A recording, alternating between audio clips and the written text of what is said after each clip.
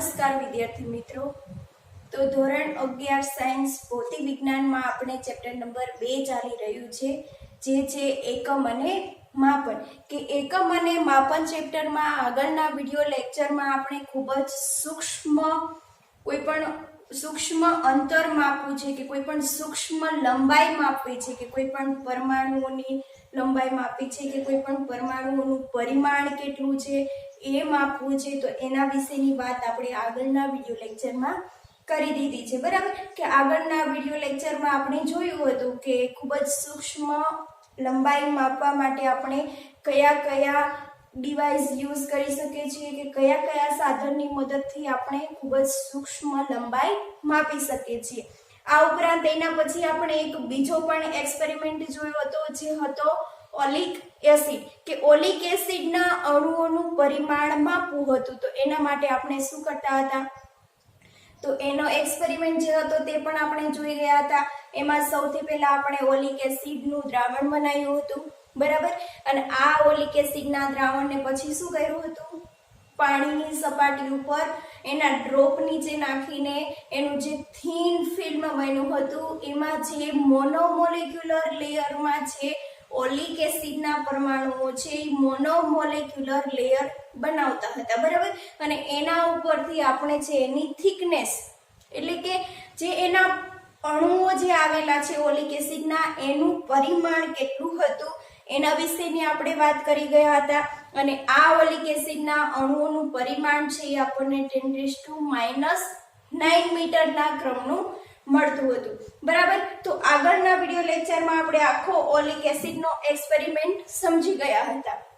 હવે અહીંયા આપણે છે એ ખૂબ જ સૂક્ષ્મ લંબાઈ અને ખૂબ જ મોટી લંબાઈ કેવી રીતે મેઝર કરી શકીએ છીએ, તો આ લંબાઈ કેવી રીતે માપી શકીએ છીએ એની વાત આપણે સંપૂર્ણ કરી ચૂક્યા છીએ, બરાબર। તો હવે આજે આપણે વાત કરી લઈએ કે જે આ લંબાઈ આપણે ખૂબ જ સૂક્ષ્મ લંબાઈ પણ માપી અને ખૂબ જ મોટી અંતર પણ માપેલું છે, બરાબર। તો આ ખૂબ જ સૂક્ષ્મ લંબાઈથી ખૂબ જ મોટા અંતર છે ત્યાં સુધીની જે આપણે લંબાઈ માપેલી છે એને શું કહીશું, લંબાઈનો વિસ્તાર, બરાબર। તો આપણે જોઈએ કે આ લંબાઈનો વિસ્તાર કેટલો આવેલો છે। તો જોઈએ લંબાઈનો વિસ્તાર।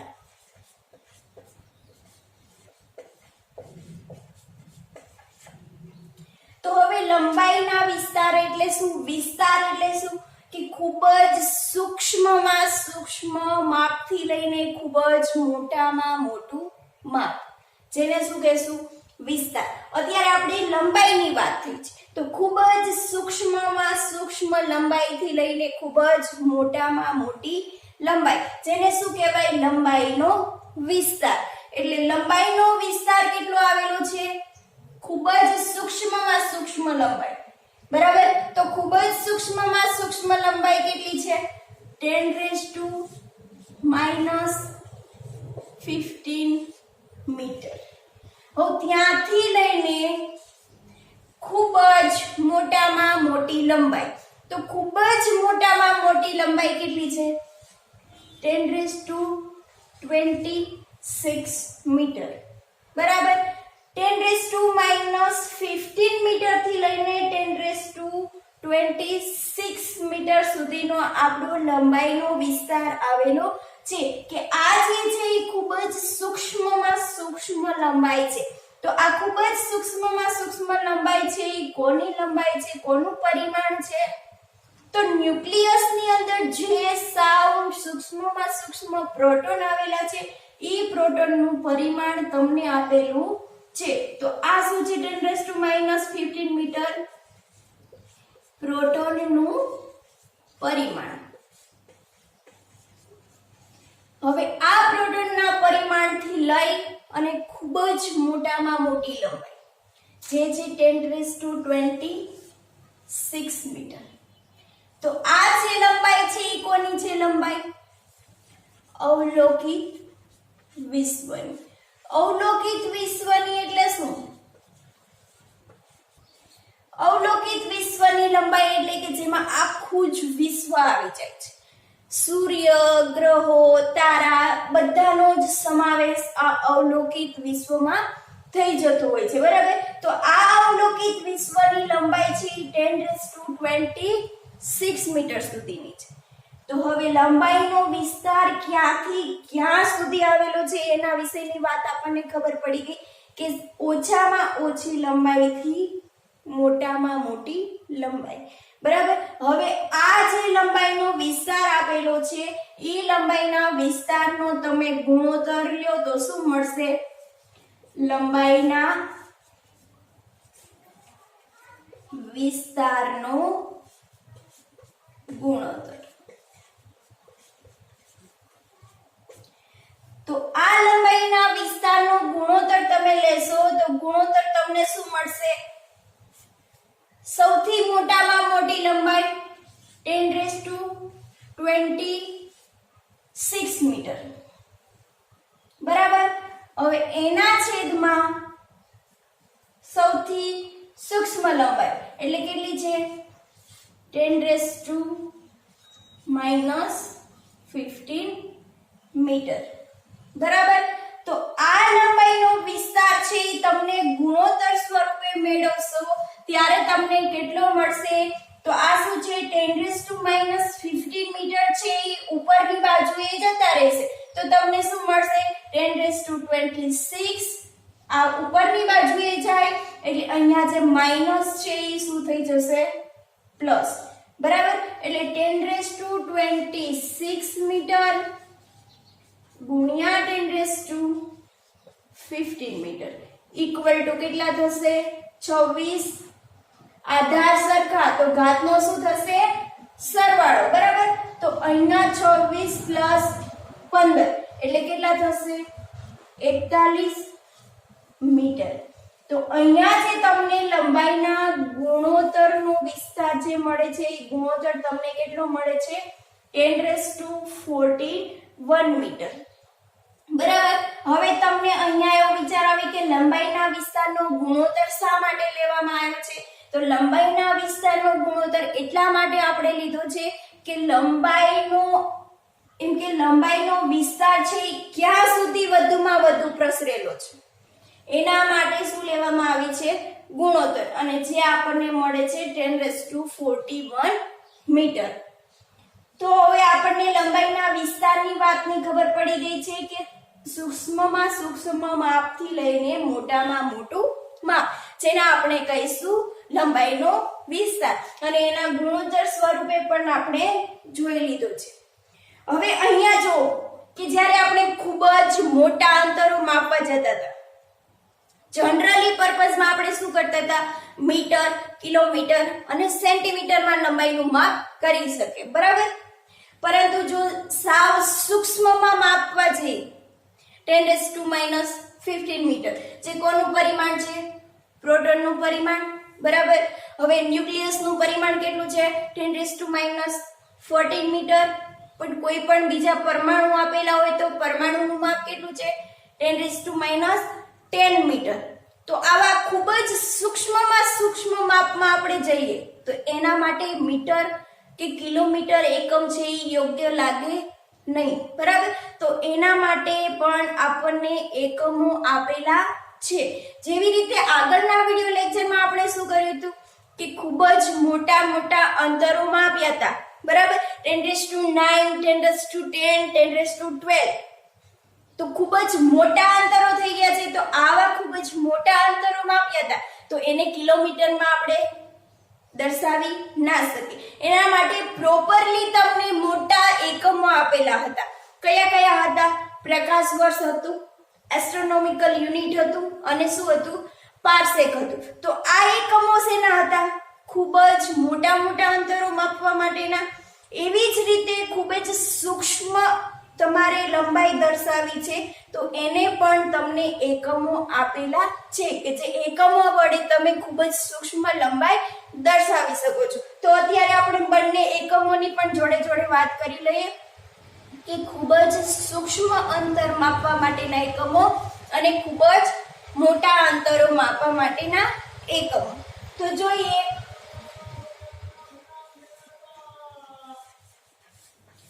ખૂબ જ સૂક્ષ્મ અંતર માપવા માટેના એકમો.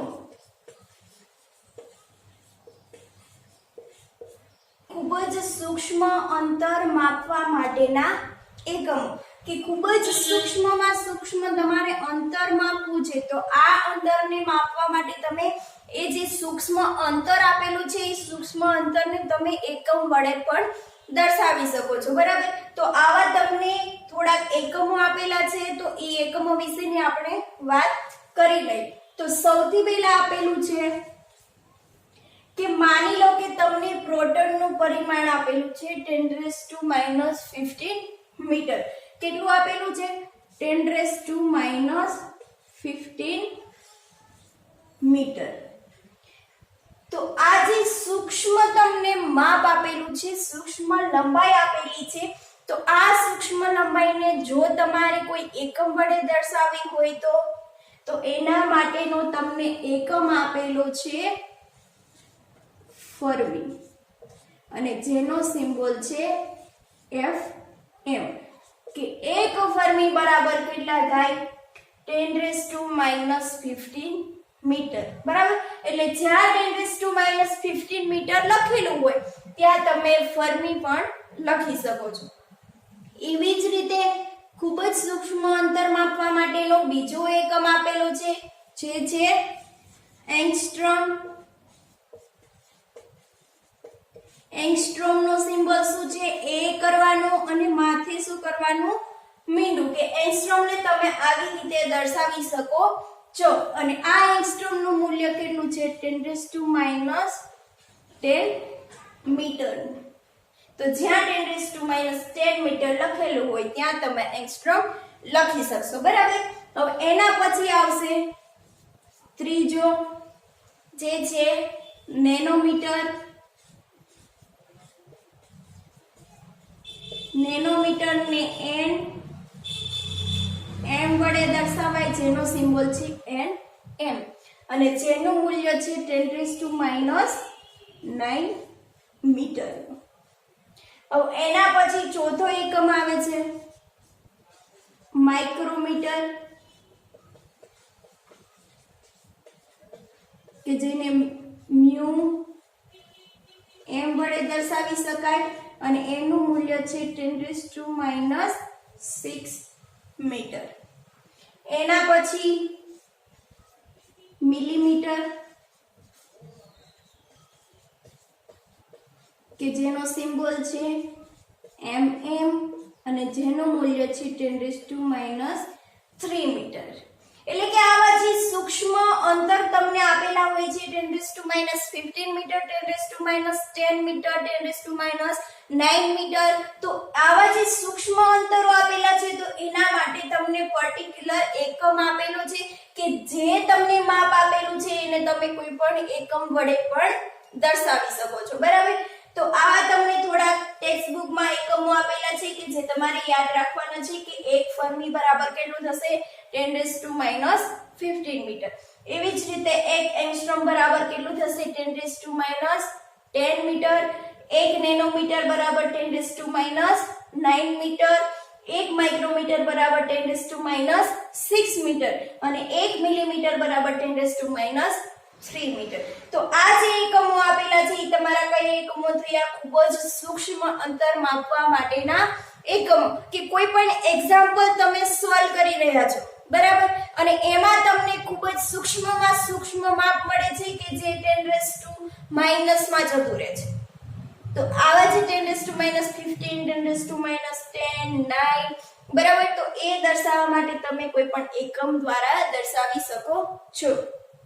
એના પછી આગળના વિડિયો લેક્ચરમાં આપણે ખૂબ જ મોટા અંતરો માપવાના હતા. બરાબર, તો આ ખૂબ જ મોટા અંતરો માપવા માટે એના પણ એકમો આપણે ડિટેલમાં જોઈ ગયા હતા. 3 એકમો વિશેની વાત કરી હતી અને આ ત્રણે એકમોનું મૂલ્ય આપણને શું મળે છે એ પણ આપણે આગળના વિડિયો લેક્ચરમાં જોઈ ગયા છે. પરંતુ અત્યારે આપણે એનો થોડીક વાત કરી લઈએ કે ખૂબ જ મોટા અંતરો માપવા માટેના એકમો.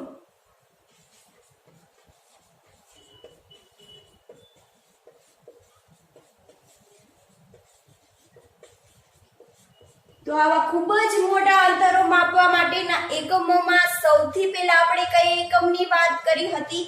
પ્રકાશ વર્ષ. તો પહેલું હતું પ્રકાશ વર્ષ, જેને ઇંગ્લિશમાં કહેતા હતા લાઇટ યર, અને એનો સિમ્બોલ આપણે શું દર્શાવતા હતા? LY. તો આ પ્રકાશ વર્ષનું આપણને મૂલ્ય મળી ગયું હતું. કેટલું મળ્યું હતું?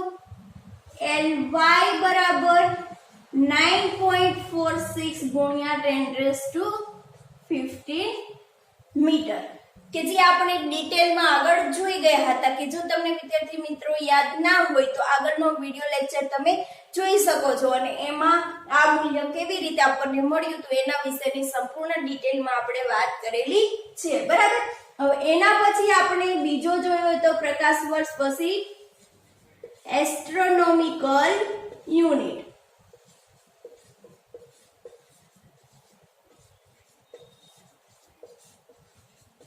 જેને AU વડે દર્શાવતા હતા.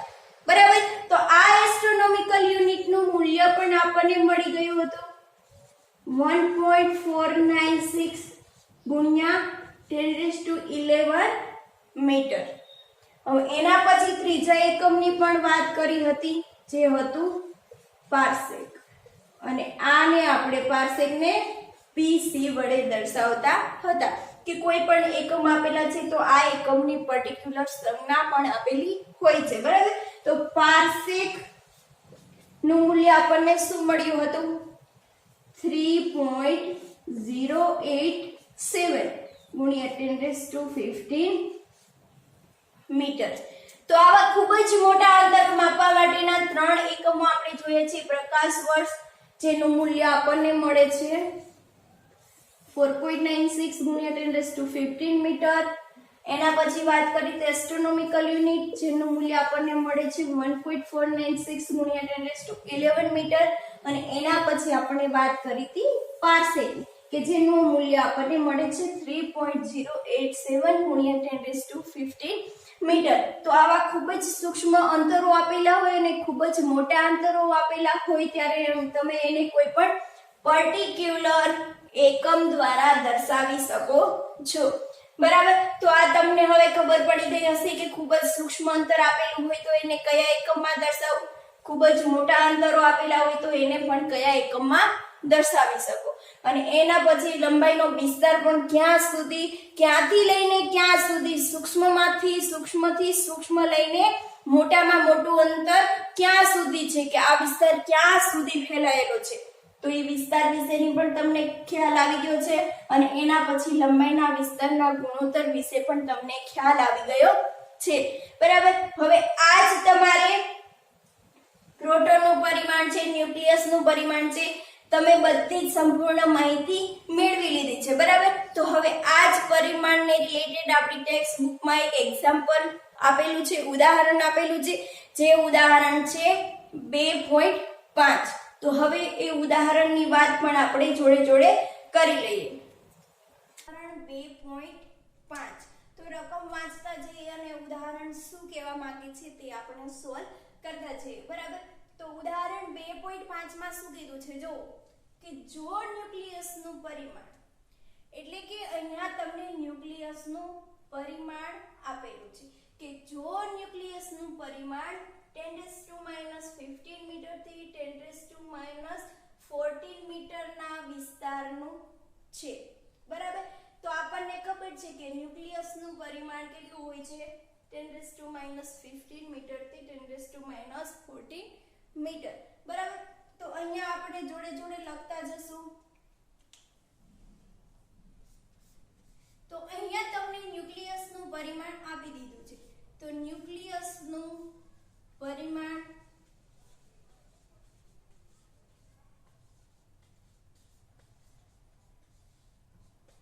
કેટલું આપેલું છે? 10⁻15 મીટર થી 10⁻14 મીટર.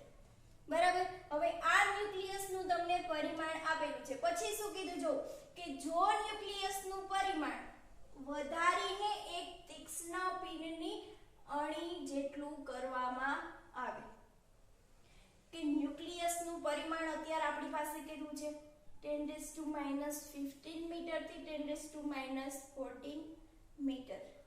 હવે શું કરવાનું છે? આ ન્યુક્લિયસનું પરિમાણ છે અત્યારે બહુ જ સૂક્ષ્મ છે કે 10⁻14 મીટર જેટલું છે. હવે આ ન્યુક્લિયસનું પરિમાણ આપણે શું કરવાનું છે? વધારવાનું છે, બરાબર. અને આ વધારીને કેટલું કરવાનું છે? તીક્ષ્ણ પિનની અણીના જેટલું કરવામાં આવે. તીક્ષ્ણ પિનની અણી એટલે શું કે જે આપણી સેફ્ટી પિન આવેલી હોય ને એની અણી કેટલી હોય? સાવ સૂક્ષ્મમાં સૂક્ષ્મ હોય છે. તો આ તીક્ષ્ણ પિનની અણી જેટલું કરવામાં આવે છે. તો પરમાણુનું અંદાજિત પરિમાણ શું હોય? બરાબર. તો અહીંયા શું કીધું છે? પિનની અણીનો વિસ્તાર તમને આપેલો છે 10⁻5 મીટર થી 10⁻4 મીટરના ક્રમનો. તો લખી નાખીએ તીક્ષ્ણ પિનની અણીનો વિસ્તાર કેટલો આપેલો છે? 10⁻5 મીટર થી 10⁻. તમને તીક્ષ્ણ પિનની અણીનો વિસ્તાર આપેલો છે 10⁻5 મીટર થી 10⁻4 મીટર, બરાબર. ન્યુક્લિયસનું પરિમાણ આપેલું છે 10⁻15 મીટર થી 10⁻14 મીટર અને પિનની તીક્ષ્ણ પિનની અણીનો વિસ્તાર આપેલો છે 10⁻5 મીટર થી 10⁻4 મીટર. તો શું કીધું છે કે આ જે ન્યુક્લિયસનું પરિમાણ છે એ વધારીને તમારે કેટલું કરવાનું છે? તીક્ષ્ણ પિનની અણીના વિસ્તાર જેટલું. તો જ્યારે તમે આ ન્યુક્લિયસનું પરિમાણ છે તીક્ષ્ણ પિનની અણીના વિસ્તાર જેટલું કરી દો ત્યારે તમને જે પરમાણુ મળે છે ઈ પરમાણુનું પરિમાણ કેટલું હશે? બરાબર. તો અહીંયા તમને શું મેળવવાનું કીધું છે? પરમાણુનું અંદાજિત પરિમાણ.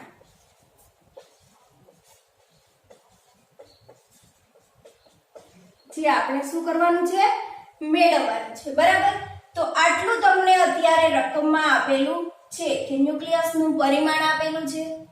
હવે આ ન્યુક્લિયસના પરિમાણને તમારે તીક્ષ્ણ પિનની અણી જેટલો કરવાનો છે. તો આ ન્યુક્લિયસ છે તીક્ષ્ણ પિનની અણીના વિસ્તાર જેટલો કરશો ત્યારે તમને જે પરમાણુ મળે છે એ પરમાણુ કેટલા પરિમાણ વાળો હશે? બરાબર. આપણને બધાને ખબર છે કે પરમાણુની અંદર શું આવેલું હોય છે? ન્યુક્લિયસ આપેલો હોય છે. તો આ ન્યુક્લિયસની સાઈઝ અને પરમાણુની સાઈઝ છે ઈ આપણે શું કરવાની છે? પરમાણુની સાઈઝ ન્યુક્લિયસના સાઈઝ પરથી મેળવવાની છે. તો હવે આપણે બધા જાણીએ છીએ કે જ્યારે ન્યુક્લિયસનું પરિમાણ 10⁻4 મીટર હશે ત્યારે પરમાણુ કેટલા મીટરનો હોય છે? 10⁻10 મીટર, જે આપણને બધાને ખબર છે. તો અહીંયા લખી દઈએ આપણે જ્યારે ન્યુક્લિયસનું પરિમાણ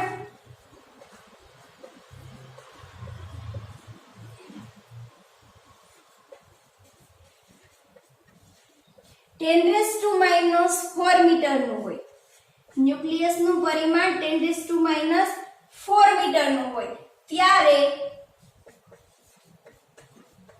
પરમાણુનું પરિમાણ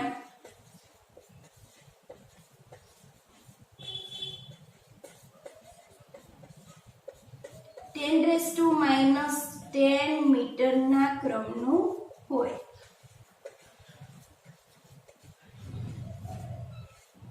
હવે આનો મતલબ શું થયો કે જ્યારે પરમાણુનું પરિમાણ છે એ 10⁻10 મીટરનો પરમાણુ તમને આપેલો છે. કેટલો? 10⁻10 મીટરનો. તો આટલો જ્યારે તમારો પરમાણુ હોય છે ત્યારે એમાં ન્યુક્લિયસ છે એનું પરિમાણ કેટલું હોય છે? 10⁻4 મીટર. તો અહીંયા આપણને શું કીધું છે કે ન્યુક્લિયસનું પરિમાણ છે એ તીક્ષ્ણ પિનની અણી જેટલું કરવામાં આવે છે. તો ન્યુક્લિયસનું પરિમાણ ચેન્જ કરવામાં આવશે તો પરમાણુનું પણ પરિમાણ ચેન્જ થઈ જશે, બરાબર. તો તો આ ન્યુક્લિયસનું પરિમાણ ચેન્જ કરતા પરમાણુ તમને કયા પરિમાણનો મળે છે જે આપણે મેળવવાનું છે અને એને આપણે શું કરીએ x ધારી લઈએ તો અહીંયા આપણે ત્રિરાશિ મૂકી શકીશું શું કરશું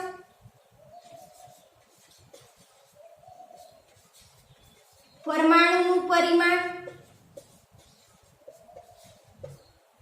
અને ન્યુક્લિયસનું પરિમાણ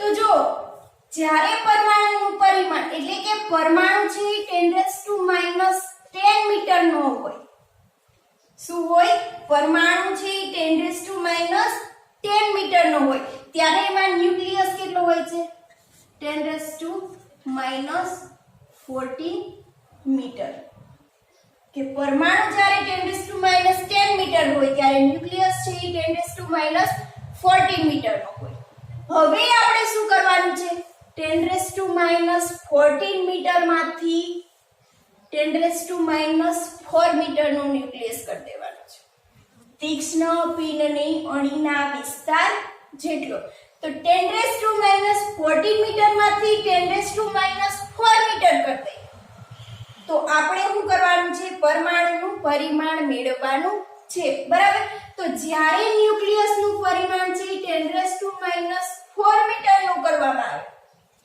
ત્યારે છે આપણને પરમાણુનું પરિમાણ છે એ આપણે ધારેલું છે x તો જ્યારે ન્યુક્લિયસનું પરિમાણ 10⁻4 મીટર કરવામાં આવે ત્યારે પરમાણુનું પરિમાણ છે એ કેટલું મળે બરાબર તો અહીંયા આપણે ત્રિરાશિ મૂકી શકીશું પરમાણુનું પરિમાણ અને ન્યુક્લિયસના પરિમાણ પરથી તો ત્રિરાશિ મૂકીએ તો શું થશે ક્રોસ ગુણાકાર થશે તો શું થશે x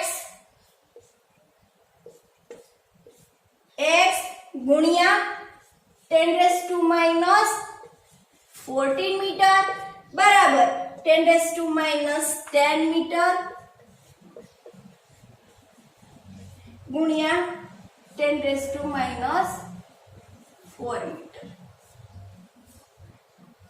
ત્રિરાશિ મૂકી દીધી ક્રોસ ગુણાકાર આપણે કરી દીધો હવે આપણે શું મેળવવાનું છે x મેળવવાનું છે તો x છે એ આપણું શું છે પરમાણુનું અંદાજિત પરિમાણ તો x મેળવવાનું છે તો x ને અહીંયા આપણે કરતા બનાવી દઈએ તો x ને કરતા બનાવીશું તો શું મળશે 10⁻10 મીટર ગુણ્યા 10⁻4 મીટર છેદમાં શું થશે 10⁻14 મીટર x ને કરતા બનાવવા માટે 10⁻14 મીટર x સાથે ગુણાકારમાં છે માટે આ બાજુ લઈ જશું એટલે નીચે શું થશે ભાગાકારમાં જતા રહેશે તો x બરાબર શું થશે અહીંયા જો આધાર સરખા ઘાતનો શું થશે સરવાળો 10⁻10 ગુણ્યા 10⁻4 એટલે શું થશે 10⁻14 મીટર અને છેદમાં પણ શું થશે 10⁻14 મીટર તો ઉપર નીચે અંશ અને છેદ સરખો હોવાથી શું થશે